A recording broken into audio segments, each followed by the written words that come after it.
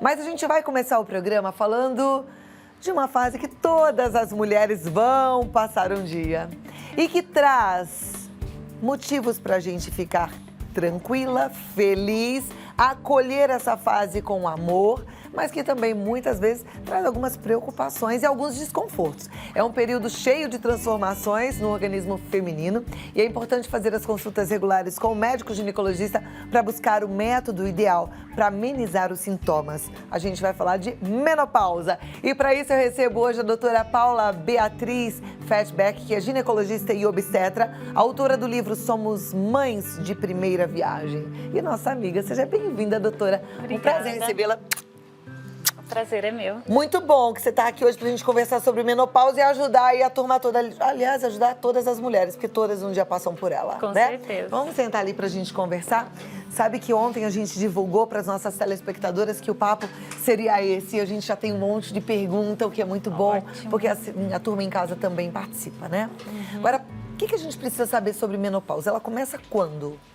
Em média, a gente tem o início da menopausa em torno dos 48 até os 50 anos de idade, né? Se essa menopausa, ou os sintomas da menopausa, que na verdade se definem como climatério, ele acontecer num período antes dos 40 ou por volta dos 40, ela é considerada já uma menopausa precoce. A entrada da menopausa, a chegada da menopausa ou do climatério tem a ver com a data da primeira menstruação na menina? Não necessariamente. Existe uma tendência familiar, então uma predisposição genética. Na maioria das vezes, a gente vê histórias, por exemplo, de menopausa precoce, falência ovariana precoce em famílias, tá? Então, o fato daquela menina ter menstruado mais tarde não necessariamente quer dizer que ela vai entrar na menopausa, por exemplo, com 52, 53 anos. Isso não existe, é mais uma tendência familiar. E toda menopausa é marcada pelos desconfortos, os calores, a irritabilidade?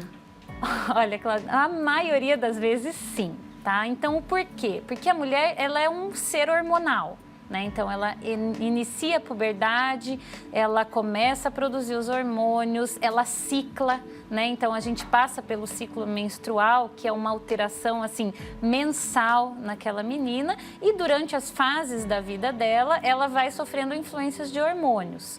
A partir do momento que todos esses tecidos do nosso organismo, inclusive sistema nervoso central, que lida com o emocional, o cabelo, a pele, vagina, tudo isso faz com que os hormônios diminuam, aqueles receptores param de agir, isso faz com que sistemicamente ela tenha esses efeitos. Então é muito raro uma mulher que passa pelo período do climatério e da menopausa assintomática. O que acontece é, muitas vezes, esses sintomas são subdiagnosticados, né? Então, ela desenvolveu um estresse, uma depressão, ou os próprios calores mais leves, ou ela também acaba se fechando, não se queixa, né? Então, na maioria das vezes, isso acontece. Eu diria assim, se não 100, em 99% das vezes, algum sintoma de hipoestrogenismo, principalmente, essa menina vai ter. Então, o climatério, na verdade, que depois vai resultar na menopausa, é uma queda hormonal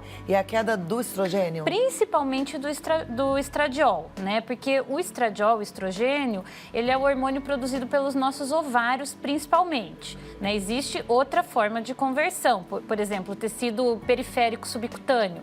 Aquelas mulheres mais gordinhas, que têm um pouquinho mais de subcutâneo, elas passam uma fase da menopausa um pouco mais light que as mulheres com menos subcutâneo. Por quê? Porque o tecido de gordura, ele também faz conversão de estradiol, né? Mas, basicamente, é o ovário que faz a produção principal no nosso organismo. Então, o ovário, por volta dos 45 anos, ele começa a reduzir drasticamente essa produção. Então, principalmente por causa do estradiol, é que a gente tem a maioria dos sintomas. Um pouco também da testosterona, né, que é importante dizer, a mulher também precisa de testosterona, né? E hoje em dia, cada vez mais, isso tem sido preconizado, porque ela é produzida pelo ovário também, de acordo com a fase do ciclo, e pela suprarrenal, que é uma glândula ali em cima do rim. Então, a gente também tem essa parte de libido, de energia, massa muscular, dependente da testosterona. E um pouquinho do hormônio que é a progesterona, que é o hormônio da ovulação, que é o hormônio que a gente produz na segunda fase do ciclo. Então, tudo isso se reduz, mas os principais sintomas se dão ao hipoestrogenismo, que é o nosso hormônio principal.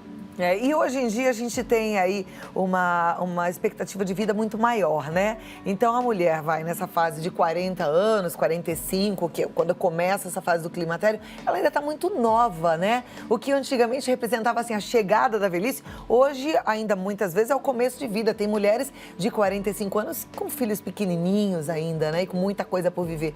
Como é que é isso?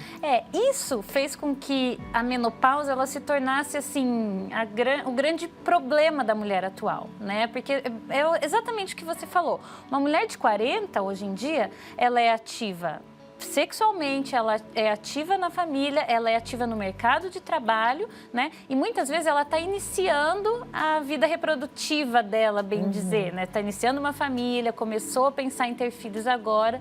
Então, tudo isso requer energia.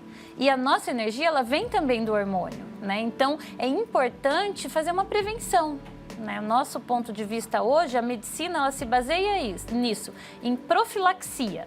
Então, assim, é a prevenção de ataque de doença cardíaca, prevenção de obesidade, diabetes e a prevenção dos sintomas do climatério e da menopausa que a mulher deve fazer. E essa prevenção está ligada à reposição hormonal? Às vezes, sim. Não necessariamente o hormônio propriamente dito, mas algumas mulheres, elas não podem fazer uma reposição. Então, elas fazem a suplementação, né, de alguns outros minerais ou outros nutrientes que se convertem a hormônios, né? Mas, na maioria das vezes, sim. Você pode fazer já uma reposição hormonal em doses paulatinas até que a mulher alcance o período da menopausa e entre realmente no climatério, que é aquele período de mais sintomas, e faz com que essa transição a esse período, ela seja mais branda ou às vezes até despercebida. Passe batido, exatamente. Que é o que todo mundo gostaria, né? Exatamente. Bom, a gente tem umas perguntas, vou compartilhar com você que está em casa, com a doutora também, que vai ajudar. As dúvidas são muito parecidas, porque nós somos bem parecidas, né, mulherada? Então pode rodar a primeira pergunta. Quero saber se a menopausa vem acompanhada de outras doenças. Boa pergunta. Excelente pergunta. Na verdade, sim. Tá? Então, esse estradiol que a gente utiliza por todas as nossas células, ele também faz com que a gente aumente o risco cardiovascular após o período do climatério. A perda dele. Exatamente, Tá. a perda dele. Tá? Então, existe aquela tendência de que o homem ele tem mais chance de doença cardíaca a partir de uma certa idade, quase que se equivale com a mulher, principalmente pela falta do estradiol. Outra doença, assim, importantíssima é a osteoporose, porque a formação óssea, ela depende do estradiol para o seu metabolismo, né? Outras doenças, como por exemplo, a própria diabetes, a obesidade, quando a gente diminui o nosso estradiol, a gente entra na menopausa, o nosso metabolismo diminui, então também predispõe. Ele pode vir, por isso que essa fase, ela coincide com tantas alterações metabólicas em outros tecidos, também aí associados a outras doenças. Vamos a próxima pergunta é a gente presta atenção na resposta. Pode soltar. Eu queria saber da ginecologista qual a importância de estar nos 80 anos e ainda fazer os exames ginecológicos. Que ótima pergunta, muito obrigada. E aí? Na verdade, alguns guidelines, assim, alguns protocolos internacionais, principalmente, após os 80 anos, eles meio que liberam a paciente aí dos exames ginecológicos. Acredito que, assim, o mais seguro, principalmente se a mulher tiver queixas, é pelo menos bianualmente, a cada 2 anos, que ela compareça ao seu ginecologista. Agora, se não tiver queixa, né, gente, não precisa ir no médico, mas tem um desconforto, não pode achar que, não preciso mais. A gente não precisa viver mal, viver com desconforto, viver com dor, então tem que buscar sempre um médico. Exatamente. Né? Vamos para a próxima pergunta? A gente tem mais algumas, pode soltar. Gostaria de saber como lidar com a queda de hormônios.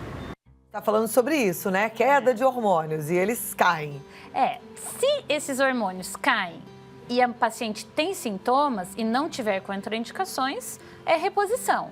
tá? Aquele período máximo de 5, 10 anos que antigamente era preconizado, isso não existe mais. A gente se baseia nos sintomas e nos fatores de risco e nos exames daquela paciente, podendo se manter até menos ou mais anos de acordo com a paciente. Então, tem a queda de hormônio, ela está sofrendo com aquilo, existe aí uma indicação de procurar um especialista e fazer uma reposição adequada para ela. Que tipo de reposições hormonais a gente tem hoje?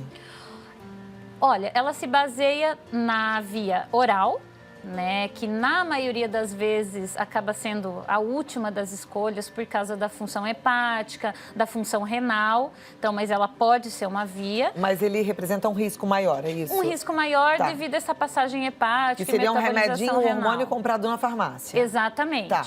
Existe as vias transdérmicas, né, que pode ser através de PET. Que né, é um que são gelzinho. o gel, né? Então, os PETs, adesivos, os gels ou os cremes, né, que é uma excelente via, porque não tem essa passagem hepática.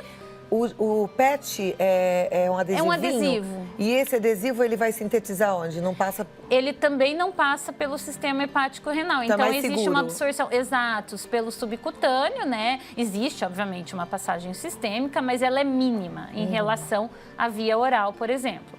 Existe intramuscular, né? Existe algumas pacientes que optam por fazer injetável, né? E existe a subcutânea, que são os chips, né? Os famosos chips, hoje em dia, que estão um pouquinho aí em alta, que também, na verdade, é o hormônio como qualquer outro, né? A finalidade é a mesma, mas o resultado que cada um desses dá é o mesmo? Por exemplo, de volta à energia, de melhora de tônus muscular, melhora de humor, de equilíbrio emocional? Sim, se a mulher ela mantiver a administração correta, então o que significa isso? A gente tem que, por exemplo, a via transdérmica, né, os cremes, a gente tem que pensar que ela vai viajar, que vai ter calor, que vai ter frio, que vai ter suor, que ela esquece, que ela não administra sempre a mesma dose. Então, se ela conseguir manter essa disciplina, ela pode usar qualquer uma das vias, né? Por que os implantes eles são tão, assim, melhores no sentido de resultados? Porque aquela absorção, ela é diária, ela é fornecida constante, ninguém esquece, né? Exatamente. Tá lá. Tá lá no subcutâneo, não incomoda. Dia a dia, aquilo é liberado, né, da forma com a qual ele foi desenvolvido e ele dura um ano, né? 1 ano, 6 meses, mas a maioria das vezes 1 ano. É seguro? A administração dele Quem usa, por exemplo, quem resolveu colocar um desses chips, um implante hormonal, está correndo risco, por exemplo, de um câncer? Porque a gente ouviu durante muito tempo falar que, colocar hormônio, fazer reposição hormonal, isso tudo é perigoso. Aí depois teve a fase do hormônio só se for o bioidêntico, que é aquele que você vai passar na pele. Mas esses implantes, esses chips que ficam lá por 1 ano, eles são seguros hoje em dia? Eles são seguros, mas eles têm a mesma posologia, às vezes, e a mesma forma de hormônio que as outras vias. A questão é, eles ficam por 1 ano, né? Então, a paciente, ela precisa fazer um segmento. Primeiro, ela precisa preencher os requisitos para poder iniciar o uso. E ela precisa, durante o uso, fazer o segmento. Mas é óbvio que se ela tiver uma predisposição a desenvolver um câncer hormônio dependente, aquilo pode acelerar. Não se acredita que aquilo vai causar, porque a gênese do câncer, hoje em dia, é meio que uma predisposição genética, mas óbvio, se aquilo for hormônio dependente, se aquela afecção que ela for ter, aquilo pode acelerar sim. Por isso que é importante, né, selecionar a paciente que vai utilizar e principalmente após iniciar a administração de qualquer forma de hormônio, não só os implantes, mas outra forma de hormônio, que essa paciente tenha um segmento multidisciplinar. Né? Então, às vezes não é só o ginecologista que ela vai precisar, né? Então, ela vai precisar ali de um clínico geral, de um cardiologista, de acordo com o caso, um dermatologista, um endocrinologista. Assim, ao meu ponto de vista, a multidisciplinaridade, seguindo essa paciente, é o ideal. Até porque a gente é um todo, né? Então a gente Exato. precisa aí desses cuidados de todos esses especialistas. Mas pelo que eu entendi, então, a reposição hormonal, ela é muito parecida, as vias, a forma de administrar, que é diferente. Cada caso é um caso, então a mulher precisa fazer todos os exames antes para saber se ela pode ou não fazer reposição hormonal. Se ela puder, ótimo, porque ela vai se beneficiar com isso. Com certeza. Então eu volto aqui já pra gente conversar um pouquinho mais, certo. tá bom? Papo tá bom, não tá? Eu amo esse momento de falar da saúde feminina. A gente tem tantas mulheres assistindo ao programa e eu sei que você tá aí já chateada porque entrou nessa fase. É difícil, eu falei que a gente tem que abraçar as fases, mas é difícil abraçar essa fase que é vista até com tanto preconceito, né? Tem gente ainda que acha que a menopausa é um bicho de 7 cabeças, que é a idade da velhice. E não é não, gente. Na verdade, é uma idade muito interessante, que é a metade da vida, né? A gente ainda tem Exato. muita coisa pela frente. E tem que Felizmente entender. esse preconceito tem diminuído. Ainda bem. Existe, mas ainda tem que diminuir melhorado. mais, né, doutora? Eu Bem percebo mais, isso. bem Eu acho que mais. tem que diminuir. Agora vamos continuar. Tem mais perguntas, eu já vou pedir para soltar a próxima e a gente continua aqui ouvindo as respostas. Eu gostaria de saber quais os exames ginecológicos que as mulheres precisam fazer constantemente. Boa, e de forma geral, né? A gente sai um pouquinho do assunto menopausa para pensar, então, na saúde da mulher. A partir de que idade a mulher precisa ir ao ginecologista? Geralmente, na puberdade, é ideal que ela vá, né, tendo ou não relação sexual, mas é importante que ela faça a primeira consulta com o ginecologista dela, adolescente, para ela já começar aí o segmento da parte reprodutiva dela. Após relação sexual, o ideal é que anualmente ela procure o ginecologista, principalmente por causa do exame de Papa Nicolau, né? Que é um exame simples e ainda é o grande exame preventível para câncer de colo do útero, né? Que infelizmente ainda existe muito, né, na nossa população, que é secundário ao vírus do HPV. Os outros exames, como ultrassom de mama, ultrassom transvaginal, a avaliação pélvica e todo um perfil metabólico e hormonal, eles dependem aí da fase de vida que essa mulher se encontra, né? Então, por exemplo, uma menina que está tentando engravidar, a gente vai pedir alguns outros exames para fazer a prevenção para não engravidar. Então, existem outros exames até o período do climatério e da menopausa, no qual daí é importante que ela procure, às vezes até mais do que uma vez por ano, de acordo com os sintomas. Perfeito. Vamos à próxima pergunta, então. Quais os cuidados com a parte íntima que eu deverei ter? Cuidados com a parte íntima. Eu não sei, como ela está falando eu deverei ter, talvez ela esteja pensando na menopausa. Existe alguma mudança? Muda a regra?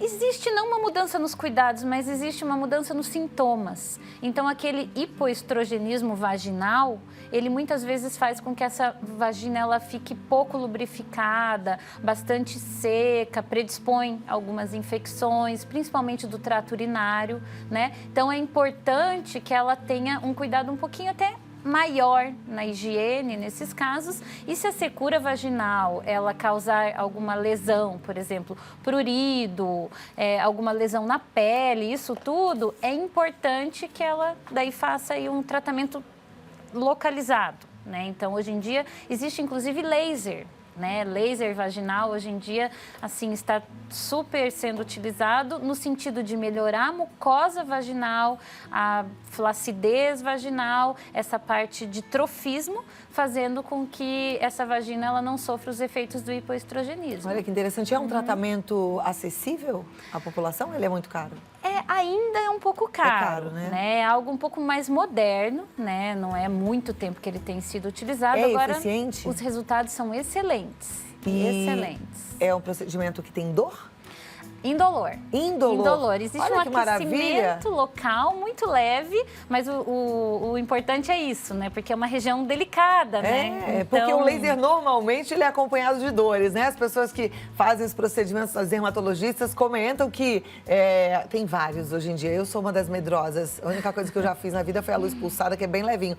Mas dizem que tem uns outros que doem, né? O tal do CO2 e tudo. Então, o laser, esse, para uso vaginal, não tem dor. Ele é basicamente indolor, né? Existe um incômodo, mas é muito leve, mas o importante ele tem que ser realizado por médicos, né, que sejam habilitados. Porque Ginecologista. o laser, ginecologistas ou dermatologistas, né? Ou uma associação dos dois. Na realidade, é até o ideal, né? Fazer uma avaliação ali dos dois médicos juntos, né? Porque é a região da pele também, né? Na ginecologia, mais a região ali da mucosa vaginal e com resultados fantásticos. Que bacana. Bom, tem perguntas que também chegaram através do nosso WhatsApp e as perguntas ajudam muito. Por exemplo, a Lucimara Cristina Dutra Alves, ela é de São José do Rio Preto.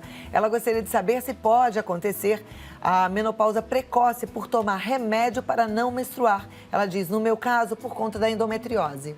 Não. Na verdade, ela não está menstruando porque ela está usando os hormônios para bloquear a menstruação. A partir do momento que ela parar, se ela não tiver nenhuma predisposição a uma falência ovariana precoce, as menstruações vão retornar de acordo com o hormônio que ela usou. Alguns demoram mais, outros menos, mas isso não vai causar uma menopausa precoce. Ok, agora a pergunta tem a ver com hipertensão e menopausa. Vamos lá, Maria Odete de Oliveira, ela é de Gravataí, no Rio Grande do Sul. Ela fala, estou com 51 anos e a minha menstruação regular parou em fevereiro de 2016 e ficou 6 meses, veio em agosto, depois em fevereiro deste ano e agora não veio mais. Mas sinto os calores, sou hipertensa e tomo medicamentos para controlar a pressão. Eu posso fazer a reposição hormonal? Sim, se a hipertensão estiver controlada, ela tiver um segmento, fizer uso das medicações para hipertensão, ela pode utilizar a reposição hormonal, sim, sem problema nenhum. Perfeito. Pergunta agora relacionada à esterectomia. Quem tirou o útero, quem ouviu falar que vai precisar, ou a mãe que tirou, quer entender sobre esse assunto? Atenção aqui na pergunta da Maria do Carmo, de Belo Horizonte, Minas Gerais. Ela fala, eu tenho 54 anos, fiz esterectomia aos 37, sinto muito calor, tomei hormônios por mais de 10 anos, mas a minha ginecologista mandou eu parar. Descobri que estou com insuficiência renal e gostaria de tomar um remédio para diminuir esse calor pavoroso. O que a doutora recomenda? A esterectomia é a retirada, na maioria das vezes, só do útero, né? Então, a mulher para de menstruar, mas não necessariamente ela é uma mulher menopausada por causa disso, porque os ovários, eles devem permanecer. Se os ovários forem retirados juntos, obviamente, daí ela vai ser uma mulher menopausada devido à questão cirúrgica, né? No caso dela, ela não pode usar, por exemplo, a via oral, que a gente conversou. E tem que avaliar qual é o grau dessa insuficiência renal. Se, por exemplo, ela estiver em diálise, fazendo uma hemodiálise, for uma renal crônica, algo mais grave, na maioria das vezes, infelizmente, ela tem uma contraindicação. Agora, se for uma insuficiência renal bem controlada, é importante que ela converse junto com o ginecologista dela e com o nefrologista, para eles tentarem entrar num acordo para que ela tenha menos sintomas. Perfeito. A Irene, ela mora em Cosmorama, no interior de São Paulo. Irene Casagrande. Ela diz, tenho 66 anos, eu não tenho mais o útero. Eu tirei com 59 anos, não faço reposição hormonal. O médico que tirou meu útero me passou tibolana, mas fiquei com medo de continuar. Sinto que envelheci muito. Eu ainda posso fazer a reposição hormonal? Vai me fazer bem mesmo já com essa idade? Sim, não existe uma idade máxima e nem uma idade mínima, né? Existem os sintomas. Se ela acha necessário, se ela está sintomática, não existe problema nenhum da paciente começar a reposição hormonal tanto tempo após a menopausa, sem problemas. Perfeito. Eu ia te perguntar sobre os calores, que eu acho que é a queixa comum de todas as mulheres, essa coisa do calor incomoda bastante. Existe algum medicamento eficiente ou um fitoterápico, alguma coisa fora a reposição hormonal que amenize essa sensação? Existem alguns. Existem tanto fitoterápicos como outras medicações que agem aí na via do sistema nervoso central. Mas nenhum deles, dos alternativos, são tão eficientes como a reposição hormonal, né? E no caso da reposição hormonal chegando, aí achou lá a dosagem certinha, o jeito certinho, esses calores desaparecem? Na maioria das vezes, eles melhoram muito. Algumas mulheres, elas ainda persistem com alguns sintomas de calor, mas geralmente são bem mais brandos, né? E o objetivo final é que eles cessem, mas nem sempre isso é possível. E doutora, depois que a mulher entra na menopausa, no climatério, na menopausa, começou a fazer reposição hormonal, é pra sempre ou uma hora não precisa mais? Uma hora ela vai estabilizar aí essa necessidade de hormônios, né? Então, por isso que é importante essa dose específica para cada paciente, né? Então, por isso que a individualização ela é importante. Então, junto com o profissional, ela vai sentindo o momento que ela vai reduzindo essa medicação até cessar. E quem não faz a reposição hormonal, vai chegar uma hora que vai parar de sentir os desconfortos, os calores, a irritabilidade? Na maioria das vezes, sim. Tá? Em torno aí de uma década. Nossa, gente, 10 anos sentindo calor e ficando doida aí com a família toda, ninguém merece, né? Em uma média, década. não é tão rápido, exato. E na maioria das vezes, sim, pode ser que não pare. Pode ser que não pare, mas amenize. Então, ela se adapte, né? O organismo dela se adapte. Então, existe uma melhora, sim. Aquele período de transição agudo, que os sintomas são, inclusive, às vezes até descritos como insuportáveis, aquilo passa, né? Mas a questão é, por que a qualidade de vida dela vai permanecer menor, né, em relação ao passado, se pode melhorar? Poxa vida, né? E pode melhorar, né? Para isso que a medicina evolui, para isso que os médicos estudam tanto.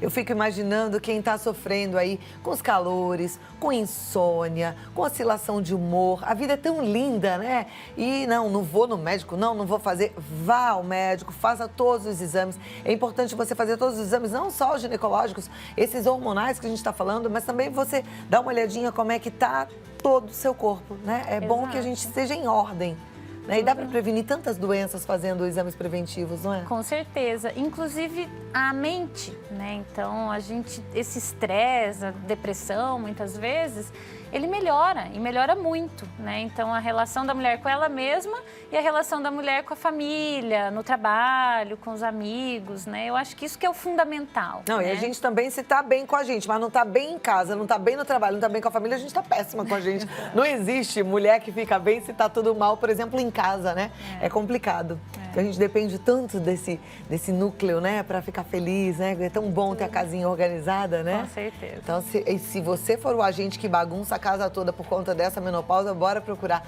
uma boa médica, tem que achar uma solução, tá? Gostei muito do nosso bate-papo. Acho que ajudou muito a mulherada em casa, não é? Então, obrigada a você que participou, obrigada pelas perguntas, pelas dúvidas que chegaram através do nosso WhatsApp. A doutora Paula Beatriz Fatbeck, ela tem um site que é o mãe.med.br.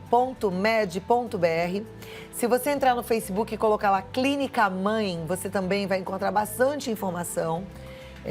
E tem o Mãe Medicina, MAE Medicina, no Instagram, Mãe Medicina. Entra lá, segue a doutora Paula e conheça cada vez mais o seu corpo e entenda que nada é por acaso. Os médicos não param de estudar por um acaso, eles estudam para que a gente tire proveito e aí realmente viva melhor. A gente vai viver muito, tem que viver bem, não é? Com certeza. Muito obrigada e até a próxima, estou te esperando, tá bom? O prazer foi meu. Sempre um prazer. Ótima semana aí, finzinho de semana.